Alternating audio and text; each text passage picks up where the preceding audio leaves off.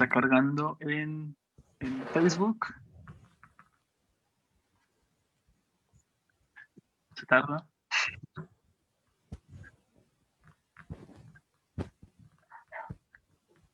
Y ya está, ok. Ya deberíamos estar en vivo en todas las páginas en las que estamos transmitiendo. Entonces, Okay. pues nos están viendo. Ok, muy bien. Entonces, pues continuamos con este circo. Y a continuación tenemos a El Piromante. Ok, entonces este texto me lo escribió Marco porque yo soy muy malo presentando gente. Okay. Entonces se los voy a leer.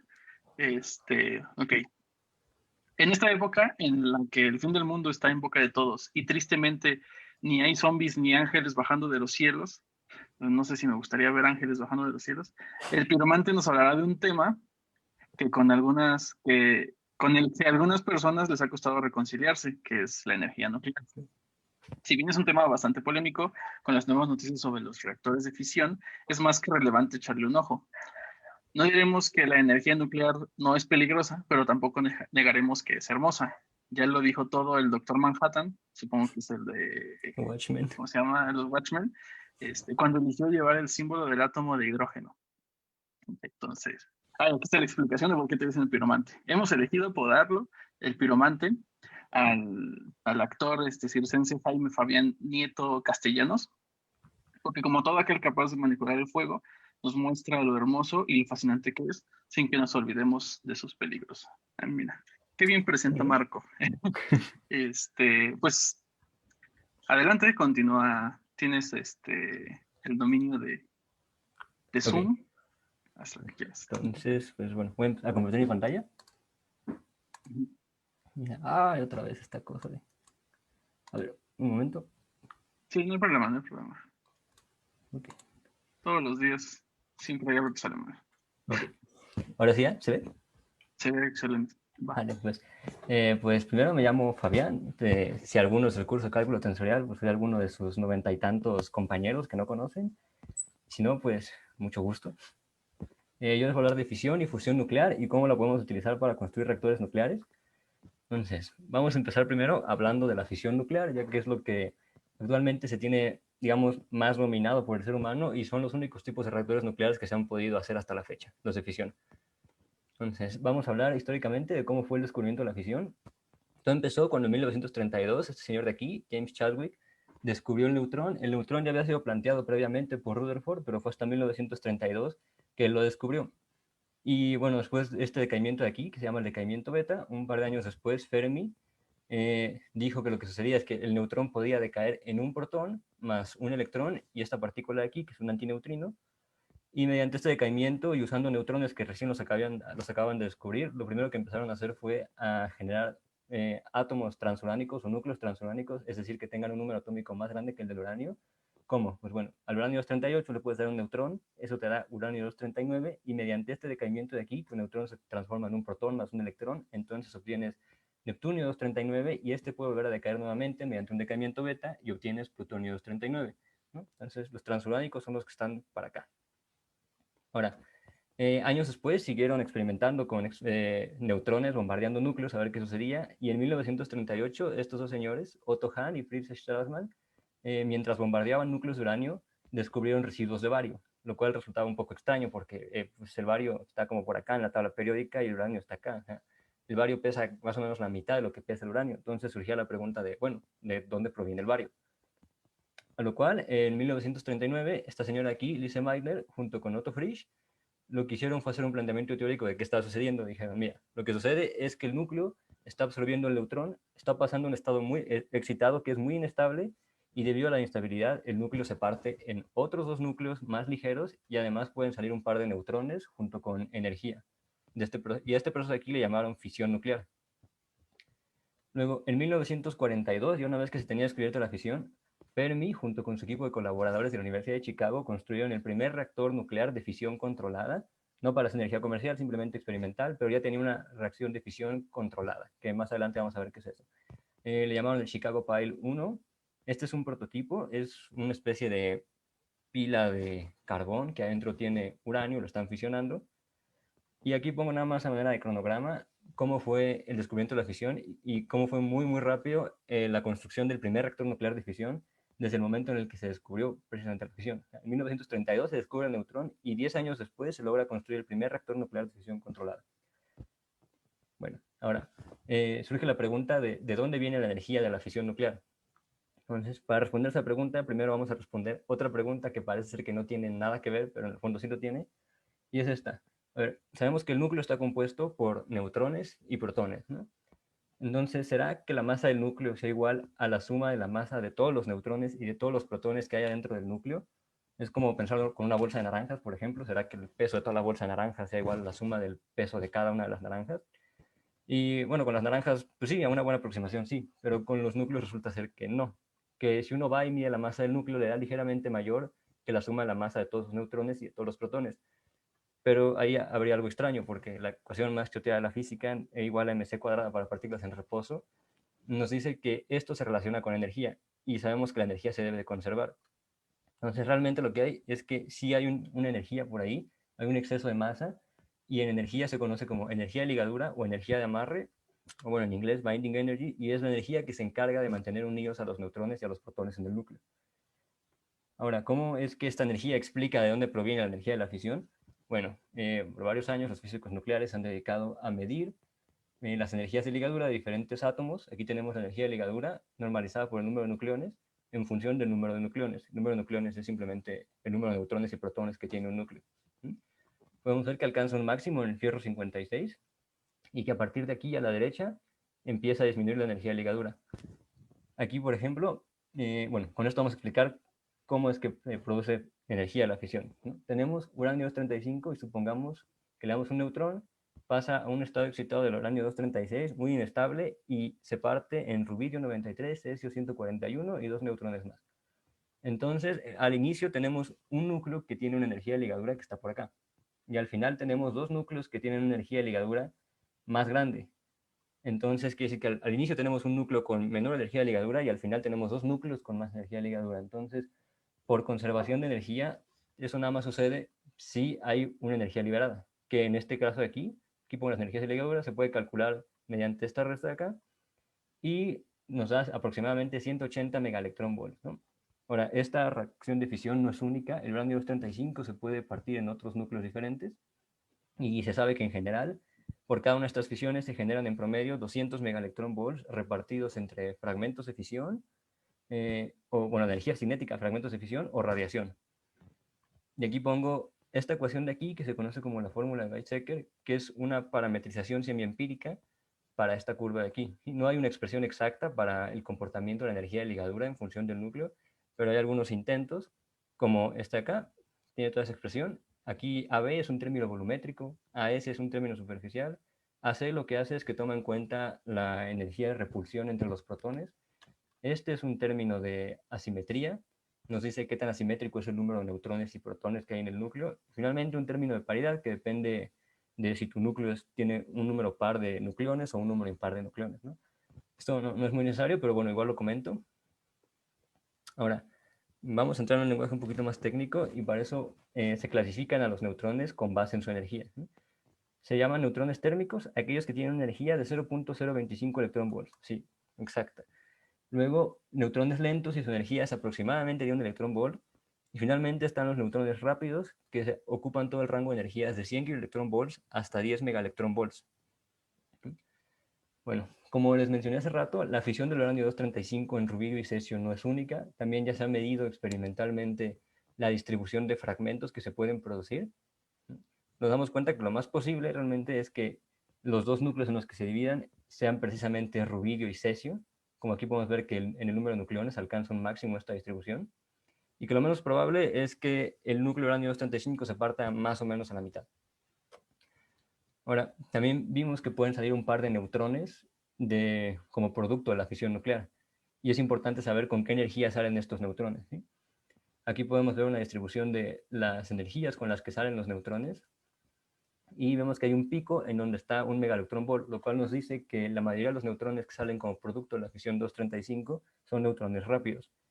Y bueno, otro comentario aquí, los neutrones que salen como producto de la fisión se les conoce como neutrones inmediatos o prompt neutrons en inglés. Y ahora, dicho esto, ¿cómo sabemos qué material nos sirve para hacer fisión ¿Y cómo sabemos con qué tipo de neutrones? O sea, térmicos, lentos o rápidos. Bueno, para responder a esa pregunta, tenemos que hablar de algo que es la sección eficaz. ¿Sí? Con mecánica cuántica se pueden decir expresiones complicadísimas para esto, pero no es realmente necesario. Simplemente necesitamos la idea de qué es. Bueno, supongamos que tenemos un haz de partículas incidentes y que tenemos un objetivo, es decir, un material al cual vamos a bombardear con estas partículas. ¿Sí? A los núcleos de este material les vamos a llamar centros dispersores. Entonces, se define a la sección eficaz como el número de reacciones por unidad de tiempo que haya entre este haz de partículas y estos centros dispersores, dividido entre el número de partículas incidentes por unidad de tiempo y eso multiplicado por el número de centros de dispersión que hay aquí por unidad de área. Bueno, las unidades de la sección eficaz son barns, por si alguna vez ven esta B, quiere decir que es un barn que equivale a 10 a la menos 28 metros cuadrados.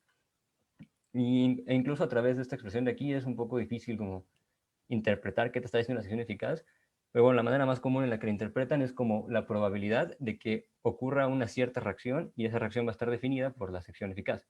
¿Sí? En estricto sentido no es una probabilidad porque ni siquiera está normalizada, pero es muy útil pensarlo como que si la sección eficaz de cierto tipo de reacción es muy grande, entonces ese tipo de reacción es más susceptible a ocurrir. Ahora, para estudiar fisión nuclear, lo más común es dividir a la sección eficaz en tres tipos de sección eficaces. Sección eficaz de dispersión, fisión y captura.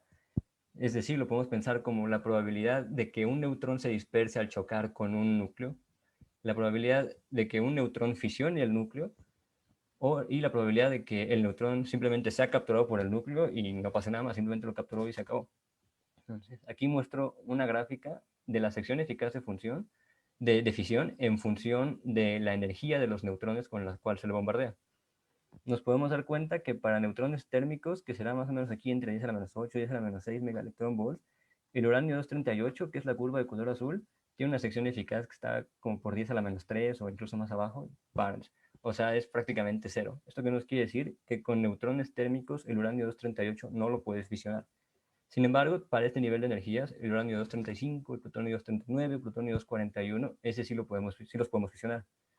Y bueno, también para neutrones rápidos, que ya sería como por este rango de aquí, todos estos se pueden fisionar, pero es muy poco probable porque la sección eficaz es muy pequeña.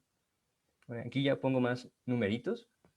Nos damos cuenta que para neutrones térmicos aquí, el uranio 233 sí se puede fisionar por la alta sección eficaz de fisión, el uranio 235 también, el uranio 238, o sea, no es cero exactamente, pero es tan pequeño que para fines prácticos es cero, y el plutonio 239 también se puede fisionar.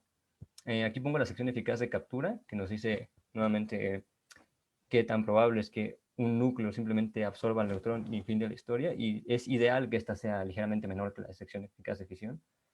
Y aquí para neutrones rápidos podemos ver que el uranio 235, el 238, el plutonio 239 tienen una sección eficaz distinta de cero. O sea, sí se pueden fisionar, pero es muy poco probable porque podemos comparar este número con este de acá y esto es muchísimo más pequeño. Ahora, vamos a hablar de la reacción en cadena, ya que esto es fundamental para el funcionamiento de un reactor y saberlo controlar es lo que te da la diferencia entre una bomba nuclear y un reactor nuclear prácticamente. Entonces, supongamos que tenemos esta reacción de fisión que les había puesto y sabemos que por cada fisión del uranio 235 se producen dos neutrones. Entonces, ¿qué es una reacción en cadena? Bueno, supongamos que tenemos un neutrón y este neutrón induce fisión a un núcleo. Entonces aparecen dos neutrones y estos dos neutrones pueden a su vez inducir fisión en otro núcleo. Entonces van a aparecer como resultado cuatro neutrones que a su vez pueden hacer fisión y entonces te aparecen 8 neutrones. Pero el número de fisiones siempre va a ir aumentando y va a ir aumentando y va a ir aumentando. A esto se le llama una reacción en cadena y este caso particular no está controlada. Y para estudiarla de una manera más cuantitativa, lo que definen es este número K de aquí, que lo conocen como el factor de reproducción, que es el número de neutrones que haya en la generación n más 1 dividido entre el número de neutrones que haya en la generación n. Para este ejemplo particular, el factor de reproducción es igual a 2, ¿sí? Si pueden ver, ahí teníamos un neutrón, 2, 4, 8, entonces el factor K es 2 a la n más 1 entre 2n, o sea, igual a 2, que quiere decir que siempre aparecen dos neutrones nuevos y que se van induciendo más fisiones. ¿Sí? Este es un ejemplo muy hipotético, pero es para explicar qué es la reacción en cadena. ¿Sí? Ahora, podemos distinguir entre diferentes tipos de reacción en cadena con base en este numerito. Por ejemplo, si K es menor que 1, lo que sucede es que entonces el número de neutrones siempre va a ir disminuyendo y como resultado, pues el proceso de fisión siempre se va a ir acabando y tienes una reacción subcrítica. Esto no te sirve en un reactor nuclear porque pues, dejarías de producir energía eventualmente. Ahora, K mayor que 1 es una reacción supercrítica en la cual aumenta el número de neutrones siempre. Es decir, como este caso, siempre tienes más neutrones y van haciendo más fisiones y pues simplemente no está controlado. Y K igual a 1 es lo que se pretende en un reactor nuclear. Se conoce como reacción crítica y es cuando el número de neutrones siempre se mantiene igual en cada generación. Por ejemplo, aquí, si hay un neutrón, entonces en la siguiente generación tiene que haber 1, 1, 1 y siempre 1. Esto es lo ideal en un reactor nuclear. Ahora, de manera más cuantitativa, se puede expresar este factor como producto de otros factores. ¿Sí? Voy a explicar qué es cada uno, esta es la parte más técnica. Eta se conoce como el factor de reproducción, eta, buena redundancia, y nos dice el número de neutrones rápidos que se producen por cada fisión inducida por un neutrón térmico, o sea, con estas energías, ¿no? Luego, epsilon es el factor de fisión rápida que nos dice, bueno, de los neutrones rápidos que aparecieron como producto de esto de aquí, ¿cuántos de esos neutrones rápidos pueden inducir fisión? Ya que si bien es poco probable, sí lo pueden hacer. Luego tenemos este factor P, que se conoce como probabilidad de escape resonancia, y nos dice cuántos de los neutrones rápidos tú puedes bajarle sus energías a energías térmicas. A ese proceso le llaman termalización. Entonces es el cociente entre neutrones rápidos que se termalizan entre el número de neutrones rápidos. Y finalmente este factor, que se conoce como factor de utilización térmica, que nos dice, bueno, de todos los neutrones que ya se termalizaron, ¿cuántos de estos se van a volver a reabsorber en el material para poder inducir fisión? Porque en el núcleo de un reactor hay más cosas, entonces se pueden reabsorber en otro lugar y no necesariamente van a inducir fisión por eso.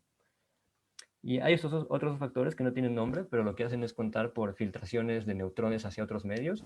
LF cuenta las filtraciones de neutrones rápidos hacia otros medios y LT cuenta la filtración de neutrones térmicos hacia otros medios. Ahora, para que quede un poquito más claro, luego hacen esta especie de diagramas, así que hice uno para explicar cómo es este proceso de controlar la reacción en cadena. Entonces, supongamos que tenemos todos estos valores de aquí y que tenemos 1000 neutrones en una generación.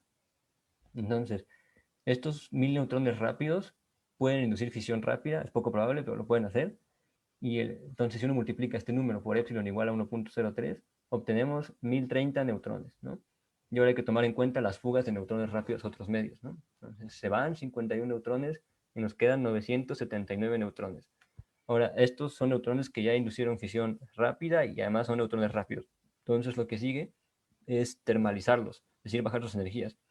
Entonces, multiplicamos por el factor de escape de resonancia y nos quedan 734 neutrones. Ahora, estos ya son térmicos, entonces hay que tomar en cuenta la fuga de neutrones térmicos hacia otros medios. Si multiplicamos por 0.96 es de un número aquí, y eso nos dice que se van 29 neutrones y nos quedan 705 neutrones. Estos 705 neutrones ahora tenemos que ver cuántos de esos se van a volver a reabsorber en el material para poder inducir fisión. Entonces nos quedan 495 neutrones al momento de multiplicar este número por 0.7. Y finalmente, como el factor de reproducción eta es igual a 2.02, nos dice que más o menos aparece el doble de neutrones inducidos mediante fisión con estos neutrones de acá. O sea, vuelven a aparecer otros 1000 neutrones. Y la idea es que este ciclo se repita y se repita y se repita, pero siempre teniendo 1000 neutrones por cada generación. Bueno, dicho todo lo anterior, ya tenemos lo necesario para poder explicar cómo es que funciona un reactor de fisión nuclear. Entonces, hay diferentes modelos de reactores, pero en general todos tienen tres componentes muy importantes. Primero, el combustible, o sea, ¿qué vas a fisionar? ¿Qué material vas a usar? Lo más común es usar uranio 235. Sin embargo, hay un detalle, y es que el uranio natural, o sea, por ejemplo, si vas a Canadá y agarras una piedra de uranio, un 99.3% de esa piedra va a ser uranio 238, y solo un 0.7% uranio 235. Y sabemos que el uranio 238 no nos sirve para hacer fisión. Sin embargo, mediante procesos químicos se han dado cuenta que pueden aumentar el porcentaje de uranio 235 que haya en una muestra de uranio natural, y a eso le llaman uranio enriquecido. Para reactores nucleares basta con que lo enriquezcan como en un 3%, 5%. Y bueno, nuevamente otro comentario curioso, las bombas nucleares utilizan mínimo un 20% de enriquecimiento de uranio 235. Entonces, a pesar de que un reactor nuclear sí es peligroso que explote y obviamente es dañino, no es ni cercano a la destrucción que puede causar una bomba nuclear malintencionada. Bueno, luego el moderador, esta vez muy importante, La idea del moderador es que este baje las energías de los neutrones rápidos a neutrones térmicos, porque vimos que son los neutrones térmicos los que tienen más chances de inducir fisión a comparación con los neutrones rápidos. Entonces la idea es que se ponga un material en el cual los neutrones empiecen a hacer colisiones hasta bajar sus energías a energías térmicas. Se puede usar grafito, agua pesada, que es óxido de deuterio. El deuterio es un hidrógeno con un neutrón más. O pueden usar agua normal, H2O. Y finalmente, necesitas un sistema de transferencia de calor que se utiliza para dos cosas. Primero, para enfriar al reactor, o sea, para enfriar al núcleo del reactor en donde esté ocurriendo la fisión, porque si no, se puede fundir donde quiera que se esté haciendo y se te va a escapar todo. Y también necesitas una manera de transmitir la energía que se genere mediante fisión hacia generadores eléctricos. Entonces, el sistema de transferencia de calor también se carga de eso. Aquí abajito pongo unas imágenes de cómo hacer el combustible. Es como esta pasta amarilla y lo que hacen luego es que la meten en estas pastillitas que les llaman pellets. Y estas pastillitas las acomodan como en hilerita y las meten al núcleo del reactor y pues ahí las empiezan a fisionar.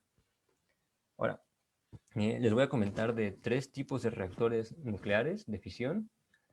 El primero, que es el más conocido, se conoce como reactor de agua presurizada. Su combustible es dióxido de uranio con un enriquecimiento del 3%. El moderador que utilizan es agua, que es el mismo refrigerante y es el mismo sistema de transferencia de calor. Entonces, lo que se tienen son dos circuitos por donde circula agua. Aquí el circuito naranja se encuentra a alta presión para que la energía que se está produciendo mediante fisión aquí en el núcleo, bueno, más bien para que el agua pueda enfriar al núcleo, para que lo refrigere. Porque ya vimos que si no lo refrigera, entonces toda la fisión que se está haciendo aquí, tanta energía puede fundir a esta parte de aquí y se sale todo y puede explotar. También luego ponen estas barras de control de aquí, que suelen usar cadmio, porque el cadmio puede absorber bien los neutrones. Entonces, si quieres ayudar a controlar la reacción en cadena, también ponen estas barras de control para que absorban neutrones. O si quieren apagar el reactor, entonces las sumergen todas adentro del núcleo y con eso van absorbiendo neutrones hasta que se acaba. Pero es importante que esta cámara sea a alta presión porque si tienes más presión, entonces el agua puede bullir a una mayor temperatura y tienes más chance de que el agua se caliente, pero que sigas refrigerando el núcleo. Luego, esta agua entra en contacto con otro circuito secundario de agua que está a baja presión y como está entonces a menor presión, al entrar en contacto térmico de esos dos circuitos, el agua que está en este circuito de baja presión se va a evaporar. Y al momento de evaporarse puedes accionar turbinas con eso y finalmente generadores eléctricos. También tiene estas torres de enfriamiento que a lo mejor las han visto, son como estas torres que tienen esta forma, estas torres grises. Todo lo que sale de ahí es vapor. Entonces lo que hacen es que ponen un condensador ahí para ese vapor poderlo condensar, volverlo a hacer líquido y regresarlo de vuelta para acá para pues, no estar gastando tanta agua. Ahora, aquí pongo que con una masa de 75 toneladas anuales de dióxido de uranio se pueden producir 3.000 megawatts. Ahorita vamos a ver más o menos qué representa eso. Luego, el segundo tipo de reactor se conoce como reactor de agua en ebullición y la diferencia que tiene con el de acá es que ahora no tienes una cámara a alta presión.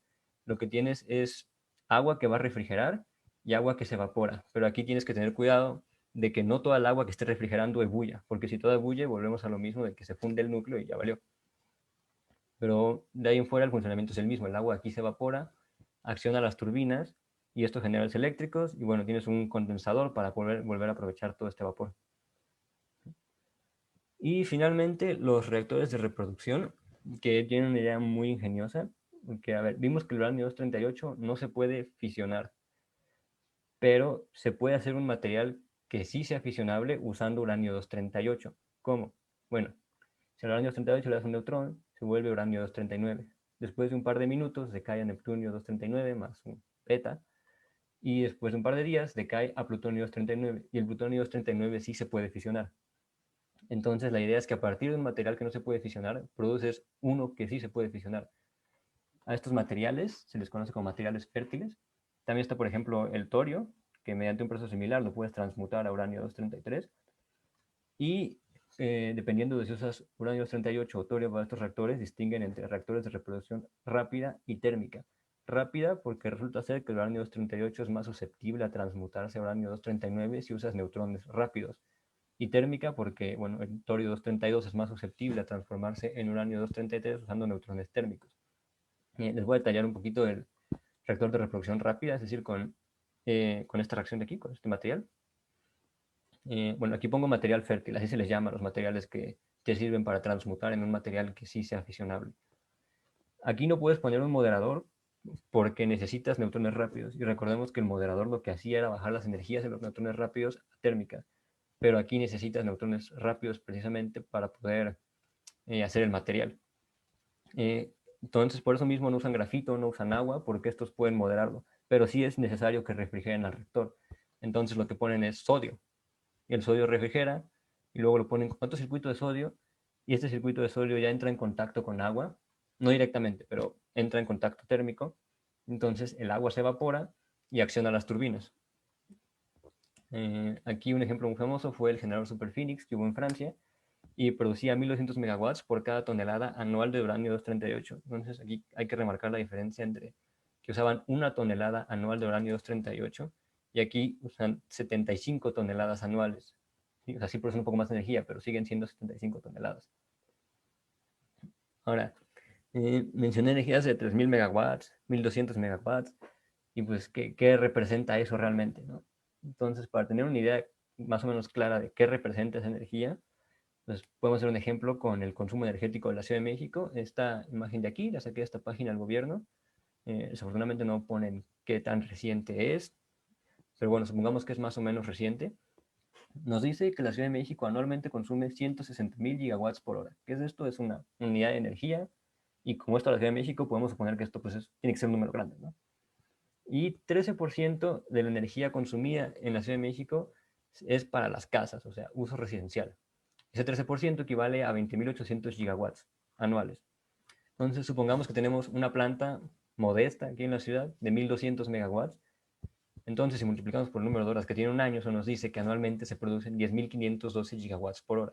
Es decir, con una planta nuclear de 1.200 megawatts, puedes alimentar de energía a la mitad de las casas de la Ciudad de México, que es mucho porque la ciudad es muy grande, pero también es poco si consideramos que, bueno, falta la mitad de las casas, servicios, industria y transporte, que en muchos de ellos todavía no se tiene idea de cómo usar energía nuclear.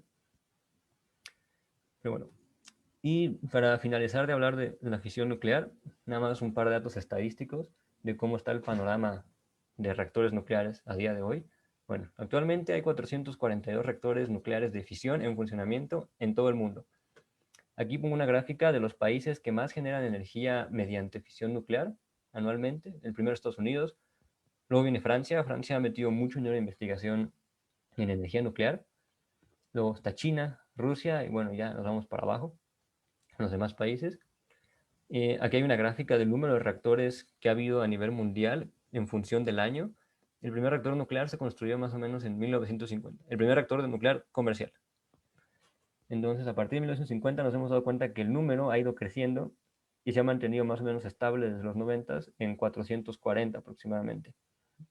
Y finalmente, aquí pongo esto como especie de horario, organización de reactores nucleares que se quieren construir a futuro en todo el mundo. Por ejemplo, había 3 programados para este año, quién sabe si por la pandemia se habrán hecho o no. Hay más para 2021, 2022 y bueno, la lista sigue. Todos estos datos los saqué de esta página aquí, la World Nuclear Association. Y aquí también ponen el modelo de los reactores. El que yo les hablé es este que dice PHWR, es Pressurized Heavy Water Reactor, que la única diferencia es que aquí en vez de usar H2O usas agua pesada, o sea, óxido de deuterio, pero es la misma idea.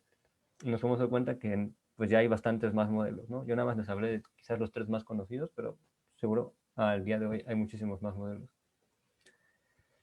Bueno, terminamos con la fisión nuclear y ahora vamos a hablar de la fusión nuclear. A ver, este señor de aquí, Arthur Eddington, más o menos como por 1920, él fue el que dio el primer planteamiento de la fusión. ¿Qué es la fusión? Bueno, es lo contrario a la fisión. Ahora en vez de dividir núcleos, los juntas y al hacer esto se libera energía. Él hizo este planteamiento porque, bueno, él era astrofísico y con eso se dio cuenta que podía explicar de dónde provenía la energía de las estrellas. Y años después, este señor, Hans Bethe, vino a profundizar más en las ideas de la fusión, por ejemplo, introduciendo esta cosa que se conoce como el ciclo CNO, que es la manera en la cual las estrellas convierten hidrógeno en helio. ¿Sí? Por ejemplo, tenemos hidrógeno, un carbón, se fusionan para dar nitrógeno 13 más una partícula gamma y aquí se libera energía, ¿no? Luego el nitrógeno decae, otra vez fusión, fusión, decaimiento, fusión, pero al final lo que sucede es que el hidrógeno se convirtió en helio. Y hay otra manera más que se llama la cadena protón-protón, pero no voy a ahondar en esa. Bueno, algo que quiero recalcar aquí es que el planteamiento teórico de la fusión existe desde 1920 más o menos, mientras que la fisión se descubrió casi 20 años después, en 1939, y hasta la fecha no se ha podido hacer ningún reactor nuclear de fusión. ¿Sí? O sea, es algo que le ha costado a la humanidad bastante trabajo. Ahorita vamos a ver por qué es tan difícil hacer un reactor de fusión. A ver, primero, ¿de dónde viene la energía de la fusión? La explicación es la misma que con la fisión, solamente que ahora en vez de recorrer la curva de energía de ligadura para acá, la vamos a recorrer desde aquí hasta acá. Entonces, supongamos que tenemos un núcleo aquí, tenemos una energía de ligadura baja, y si lo fusionamos con otro, nos da un núcleo más pesado, y ese núcleo más pesado tiene una mayor energía de ligadura. Entonces, nuevamente tenemos un estado en el que al final hay mayor energía de ligadura, pero al inicio hay menos. Entonces, por conservación de energía, tiene que haber liberación de energía. Ahora, por qué es tan difícil hacer fusión? O más que difícil, ¿por qué no es tan energéticamente viable? Supongamos que tenemos dos deuterios, ¿no? Los deuterios son, como les había mencionado, hidrógeno más un neutrón. No voy a aproximar su radio con esto, con esta ecuación de aquí, y con eso podemos calcular la energía de repulsión que hay entre estos dos núcleos. ¿Sí? Este es justo el punto importante. Que, por ejemplo, en la fisión el neutrón no tiene carga, entonces entra directamente al núcleo, le pega y, bueno, si lo fisiona, bueno, lo puede fisionar. Pero en cambio los núcleos tienen una energía neta positiva, ¿sí? Debido a los protones. Entonces, si uno los trata de juntar, estos se van a tratar de repeler. Y para el caso del deuterio, esa energía de repulsión es más o menos de 0.4762 megaelectronvolts, o sea, como de medio megaelectronvolt. Y en principio no hay ningún problema con superar esta barrera de energía, ¿no? Porque sí se pueden acelerar partículas a medio megaelectronvolt. El problema es que haces más gasto energético en acelerar las partículas que lo que vas a obtener mediante fusión. Entonces, ha habido varias ideas y digamos que la más común es calentar el material para que aumente su energía cinética y entonces pueda superar esta barrera. Pero cuando digo calentarlo, es calentarlo a temperaturas altísimas, como de 10 a la 7, 10 a la 9 Kelvin. O sea, hay temperaturas estas tan arriba incluso que la temperatura del Sol. Aquí pongo unas reacciones de fusión más o menos conocidas. Por ejemplo, la de deuterio-deuterio, que da un helio 3 más un neutrón y 3.25 megaelectronvolts. O la de deuterio y tritio, tritio es hidrógeno con dos neutrones más, nos da un helio 4, un neutrón y 17.5 megaelectronvolts de energía. Nos damos cuenta que la de deuterio y tritio te da más energía. Entonces, cuando puedan hacer reactores de fusión nuclear, lo más posible es que estos dos sean los componentes que fusionen. Ahora, pues en la Tierra no es el Sol y no podemos hacer fusión porque no existe esa temperatura tan alta de manera natural, además de que el Sol es sumamente masivo. Entonces, la presión que este ejerce, digamos, hacia adentro también sirve para fusionar los núcleos. Entonces, ¿cómo se puede hacer fusión aquí en la Tierra? Bueno, hay dos ideas. La primera es confinamiento magnético, que consiste en meter al hidrógeno en una cámara, calentarlo, y llega un punto en el que si tú calientas un gas demasiado, el gas se ioniza y terminas teniendo un gas cargado, que se ve así como esta imagen de aquí, moradito. Entonces, este gas cargado tú lo puedes controlar con campos magnéticos, justamente porque está cargado.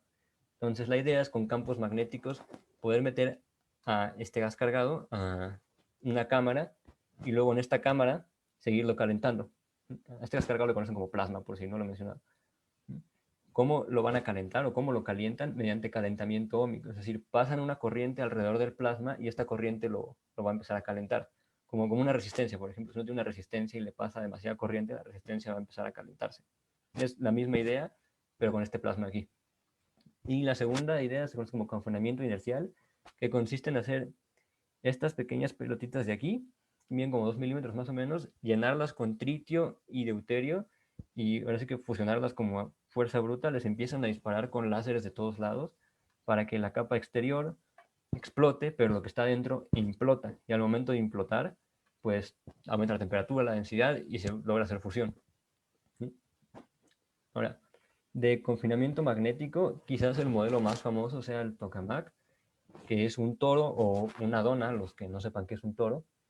Entonces, es una dona en la cual meten al hidrógeno, lo vuelven plasma y mediante campos magnéticos lo controlan. Entonces, para los que sepan un poquito más de electro, pueden usar la regla de la mano derecha. Entonces, pasan un campo que va así alrededor de la dona, como pasando por el agujero, Entonces ese campo genera una corriente que pasa por todo adentro de la dona, y esta corriente es justamente la corriente que va a calentar al plasma, además de que sirve como para tenerlo confinado. Sin embargo, existe el riesgo de que toque las paredes, y hay que recordar que esto está a una temperatura altísima. Entonces, si no las funde, pues por lo menos sí pierde energía tu plasma, y no quieres que pierda energía. Tú quieres que esté caliente para que se pueda fusionar. Entonces lo que hacen es que además pasan otro campo magnético alrededor de la dona, y con ese campo magnético pueden alejarlo de las paredes, entonces el plasma está más o menos moviéndose como en espiral aquí adentro, pero la idea es que esté adentro de esa cámara, o sea, confinado, y que esta corriente eh, corresponde a esta flechita verde, lo caliente. Y la otra, que es el confinamiento inercial, bueno, como ya les mencioné, la idea simplemente es dispararle a estas pelotitas con láseres de alta potencia para lograr que se fusionen. Lo ideal sería hacer que se pudieran hacer 10 a la 20 fusiones por cada pulso, porque estos pulsos son altamente energéticos. Aquí les muestro dos láseres que hubo en 1977 y 1986.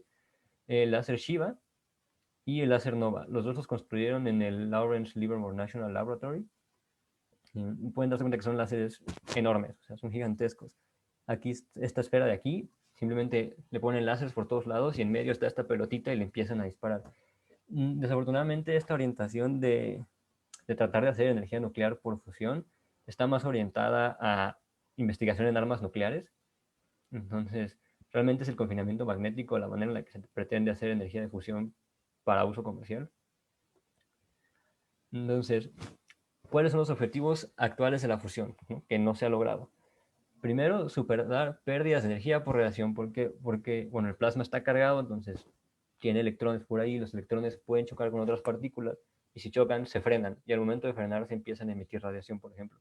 Y esa emisión de radiación hace que vaya perdiendo energía el plasma, y tú no quieres que pierda energía, tú quieres que el plasma se mantenga caliente, ¿no?, para que pueda hacer fusión. Lo segundo, producir una energía neta mediante fusión. Actualmente el récord mundial del cociente entre energía producida y energía suministrada lo tiene este tokamak de Kicks, se llama JET, Joint European Torus, que no recuerdo en qué año, pero produjo una potencia de 16 megawatts a través de fusión respecto a un total de potencia de 24 megawatts. O sea, eso nos da que el cociente entre energía producida y suministrada fue de 0.67. Si se quisiera hacer energía comercial mediante fusión, por lo menos tiene que ser mayor que 1. ¿Sí? Si es menor que 1, te está diciendo que todavía estás perdiendo. Si es igual a 1, quiere decir que pues, no estás ganando nada, pero no estás perdiendo nada. Entonces, mínimo tiene que ser mayor que 1. Y finalmente, hacer la reacción autosostenible, o lo que le llaman ignición, que quiere decir que tiene que haber un punto en el que el plasma solito haga tanta fusión que pueda, o se pueda mantener solito en estado de plasma, calentándose él a sí mismo, ¿sí?, de la fusión que genere, y que además con eso también pueda producir energía. O sea, la idea es que llegue algún momento en el que tú ya no le tengas que estar calentando al plasma, que eso implica un gasto energético, sino que simplemente este plasma se pueda mantener solito caliente y pueda hacer fusión. A ese punto le conocen como ignición, pero es algo a lo que todavía no hemos llegado. Y bueno, les hablé de dos ideas de hacer fusión nuclear, y les dije que el modelo más común era el tokamak, pero en esta página aquí pueden, por ejemplo, ver que hay más modelos distintos. Y para finalizar, me gustaría hablar de quizás el proyecto más grande que hay ahorita a nivel mundial por tratar de hacer un reactor de fusión nuclear, que es el ITER. ¿Sí? El ITER lo están construyendo en Francia, va a ser un tokamak gigante y tiene la participación de 35 países. ¿Sí? Todas estas megapotencias junto a la Unión Europea. Y ellos, bueno, ellos no lo han terminado, sigue en construcción, pero dicen que sus cálculos dan más o menos para que el cociente entre energía producida y suministrada sea mayor o igual que 10. O sea, que por lo menos esperan que esto produzca 10 veces energía, 10 veces más energía de la que está consumiendo. Y proponen otras dos maneras de seguir calentando el plasma, no nada más con la corriente que pasa alrededor del tokamak. Eh, la primera es calentamiento mediante ondas electromagnéticas de alta frecuencia. O sea, ¿qué quiere decir esto? Como una especie de microondas. O sea, que además emitan ondas al plasma para que lo pueda calentar. Y la otra es inyección de haces neutros, es decir, que disparen partículas neutras adentro del plasma. Entonces, como son neutras, van a poder colisionar con las partículas que están ahí sin ningún problema, y al colisionar pueden aumentar sus energías si estas se lanzan con una energía adecuada. Aquí les muestro el itinerario de este proyecto. En 2005 fue aprobado, y se supone que en 2025 van a empezar a hacer el primer plasma o trabajar con él. lo planean hacer de hidrógeno nada más. Quién sabe si por la pandemia nuevamente se hayan atrasado o no.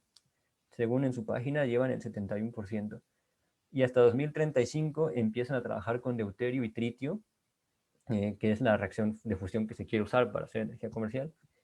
Pero bueno, es hasta 2035. Y hay que considerar que también este reactor no pretende dar energía comercial a una ciudad o algo así, simplemente es un reactor experimental para poder tener fusión en la Tierra.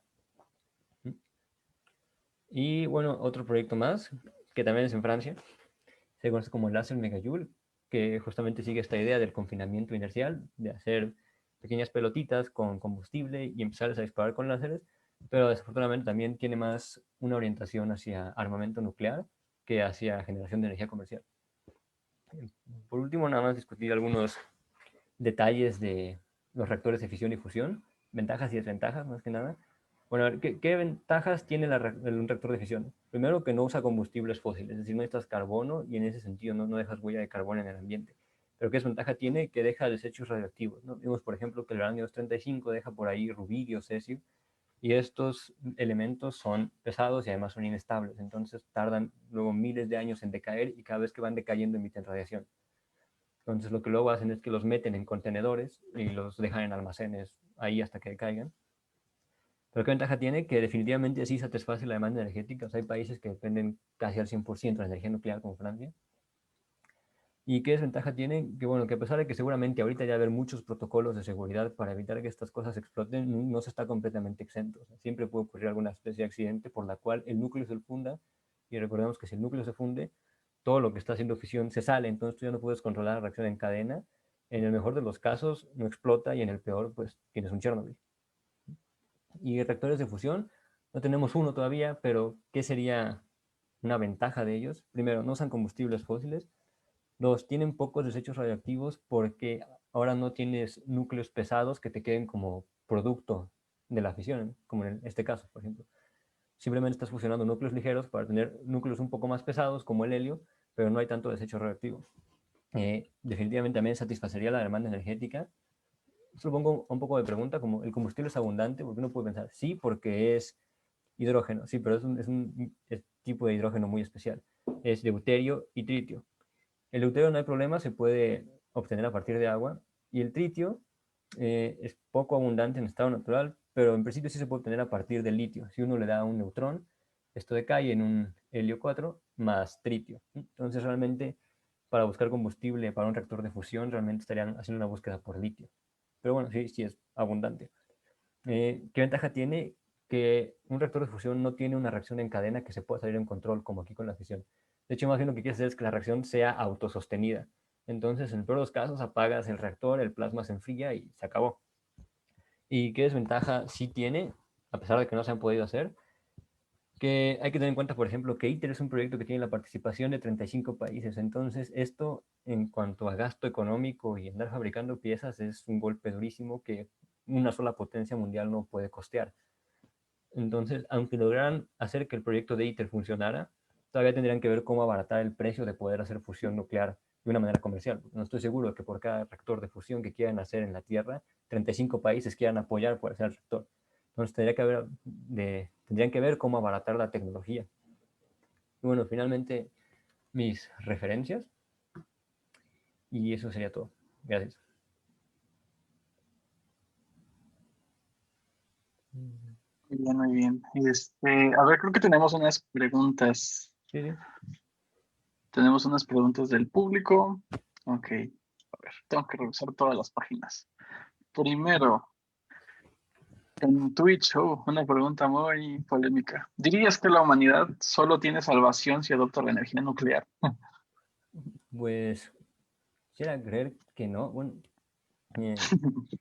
digo, están las energías renovables, ¿no? Pero hay que ver cómo hacerlas más eficientes. Sí. O sea, la fusión podría representar una manera de cambiar eso, ¿no? Pero también hay que tener en cuenta que la energía nuclear no es una energía renovable.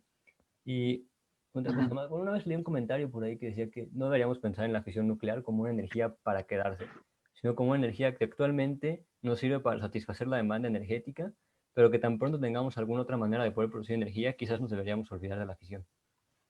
No sé. Claro. Ok, muy bien, muy bien. Ahora, pues veo que en YouTube tienes aquí un club de fans. Mandan saludos, escriben principalmente Fabián. Ujú. Este, ok, mira, hay otra pregunta en Facebook de John Kevin. Ok. Dice, bueno, pregunta, ¿cuál es la diferencia con la fusión fría? Ah, no sé, debo ser honesto. No, no, no sé. Si Ok, hay una muy pregunta que bien. no sé, voy a ser honesto y les voy a decir que no sé. Si la sé, les respondo con todo gusto, pero si no, Saben, bueno, esa pregunta está fuera de nuestro alcance por el momento. Y pues generalmente son saludos, saludos desde El Salvador, saludos desde Colombia. Vaya, eres internacionalmente famoso. Y pues por lo que veo en las demás páginas no hay preguntas. Pues bueno, muy bien. Si quieres, mandarle saludos a alguien o no. Sí, sí, me olvidaba, pero un agradecimiento al comité organizador y al profesor Marco Antonio por invitarnos a los estudiantes a participar y un agradecimiento también especial a Gabriela Guerrero porque ella me ayudó a hacer un par de figuritas eh, de la presentación. Estas tres, ella me ayudó. ¿Sí? Entonces, también un Ah, muy agradecimiento. bien. Sí, sí, Me mandaba bien. ella te estaba viendo por YouTube. Ahí escribió Wu. Hola. Muy bien. Pues, pues bueno, entonces, muy buena tu presentación. Gracias. Pues cerramos si no tienes problema. Bueno, Vale, pues muchas gracias.